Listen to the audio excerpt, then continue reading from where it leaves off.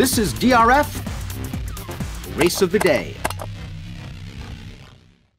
Hi, everybody. Dan Illman and Mike Beer, the DRF Race of the Day for Friday, November the 19th, race number 7 at Del Mar. Let's throw up the field. Calbred optional claimers, fillies and mares 3 and up, going 6.5 furlongs. You can play the race with DRF Bets. You can download free formulator past performances on the Race of the Day event page at drf.com. Access them, handicap along with us. Mike, the 4, Delta Wind, the 5-2 morning line favorite. So impressive winning at Del Mar 2 starts back. Big figure. Just didn't show up last time. Yeah, I mean, it's the big question of the race is, I suppose, how much leeway do you want to give her for that last one where she just failed to fire at 3-5. 4 dirt starts, Dan, only 1 win so far, but a couple of standout figures. Now, that win came in gate-to-wire fashion. You have to wonder if maybe she's at her best when she makes the lead. There is some other speed in this race, according to our friends at Timeform US. We take a look at the Timeform US pace projector, and the 4-horse, Delta Wind, not expected to make the lead. Rain Diva is plenty quick to her inside. Yeah, that 3 has a lot of speed, made the lead last time and wasn't good enough to hold on at the end, but she's fast, and I expect her to try to make the lead once again. Now, a horse that was on the lead in her most recent start, but is expected to stalk on Friday is the number 1 Saturday Heist.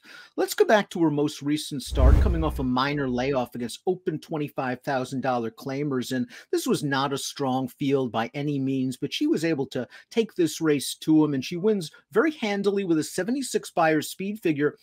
She's only raced once against Calbreds in the past, Mike. She drubbed them in her career debut, and I think her only other dirt start's a little better than it looks on paper. Yeah, I mean, I don't really disagree with any of that stuff. It feels like she took a step forward here, Dan. Was it just the fact that she got loose early, or did she just improve off the little layup? I don't know. If she runs a race like that, she's very tough. And I don't think she's going to make the lead, but she broke her maiden first time out without making the lead. Christie's Tigers, the number 2, switching to jockey Mike Smith. This is a 4-time winner coming off a runner-up effort at Los Alamitos. It's interesting watching that race. And in your formulator past performances, just click on the comment line and you can get the replay. It seemed like all the jockeys were avoiding the rail in that race. But Christie's Tigers stayed glued down to the inside. I thought she did pretty well to finish second. The 5th horse came back to earn a 71 buyer in her next start. And I like her cutting back. I like her cutting back too. I'm with you. I thought she ran fine last time, but I like her cutting back in distance. She's already won over the 6.5. And, you know, listen, she's won a couple of really good turf races. Her better figures have been on grass, but I think her dirt form's just fine. And I think there's going to be some pace in here to set up this horse's run. I think she's dangerous. I liked Rain Diva's win at the end of 2020, where she was able to blast out to the lead and just somehow hold sway. I thought that was a game performance, but it must have taken the starch out of her because she then went away for about 7 months. Her last race, an improved performance, but a beaten one. Let's watch that race at this level. 3/4 of a mile at Santa Anita. She went to the lead in here. She has her chances. She's just going to get run down.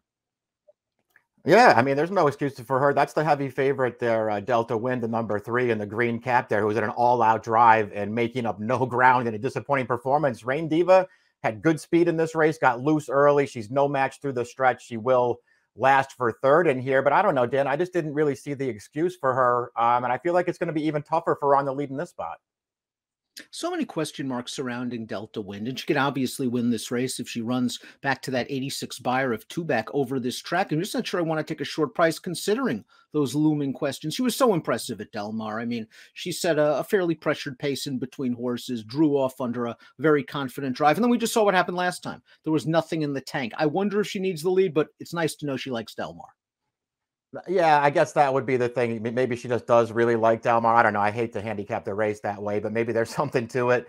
You know, you have to decide how short a price, I guess, you want to take off of that last race, Dan, where she was, you know, pretty bad. She's 5-2 on the line. I feel like that's a fair price. I don't know if you're going to get the 5-2. If you get it, I'd say it's fair. I mean, it's also worth pointing out, though, even though she blew that field out 2-back, you know, her other 2 dirt starts were going shorter than this. She had clear leads in the stretch and did not finish them off.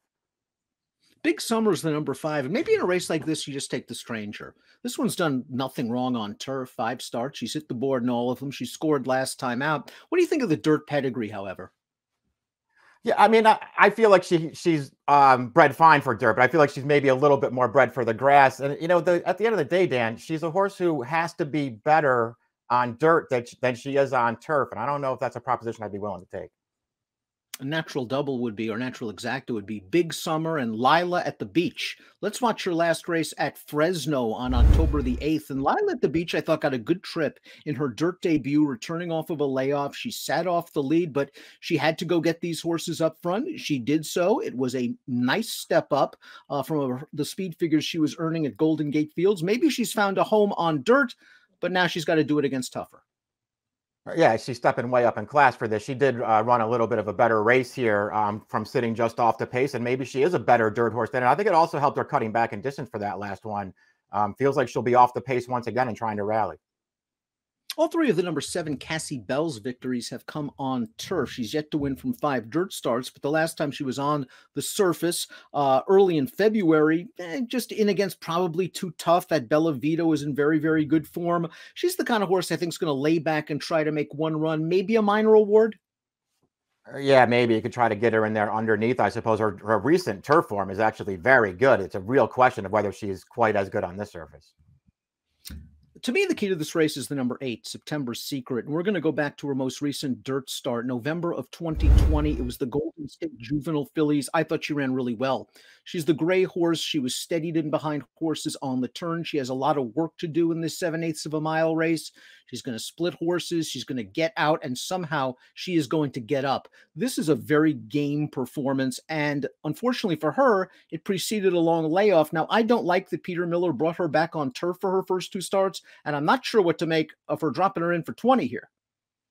Yeah, that concerns me more. I mean, you could look at her 2 turf races off the long layoff and say, you know, actually, her figures have improved, and it may not have anything to do with the surface, Dan. Maybe she's just gotten better from 2 to 3. But if that's the case, why is she in for 20 as she comes back to dirt? That's what bothers me more than anything else. I won't be surprised if she wins. But she has tactical speed, and she has weighed off with a very capable apprentice rider aboard. 4-1 on the morning line for the stakes winner. Let's take a look at our top picks for our Friday race of the day. Christie's Tiger turning back in distance to 6.5, and I don't think she's this one-run plotter that's going to be outrun. I think she'll probably be sitting in the second flight with a fair chance turning into the stretch. I felt the same way about her, Dan. At the end of the day, I just didn't really want to take Delta Wind as the favorite in this race. Maybe she'll just beat this field. To me, the best alternative was Christie's Tiger. I'm hoping she gets a setup and runs. I wonder if Saturday Heist is just going to be ignored in the wagering. She's 12-1 on the morning line. These are real low-profile connections, but she got a competitive figure last time out. Her only race against Calbreds was a blowout win, and I think the race 2 starts back before the layoff, she had a little bit of an excuse. So I'll go for a price with Saturday Heist. Mike's going Christie's Tiger, 2-4-1-3 for Mike, 1-4-2-8 for me. It's the Friday race of the day, the 7th at Del Mar. Play it with DRF Bets.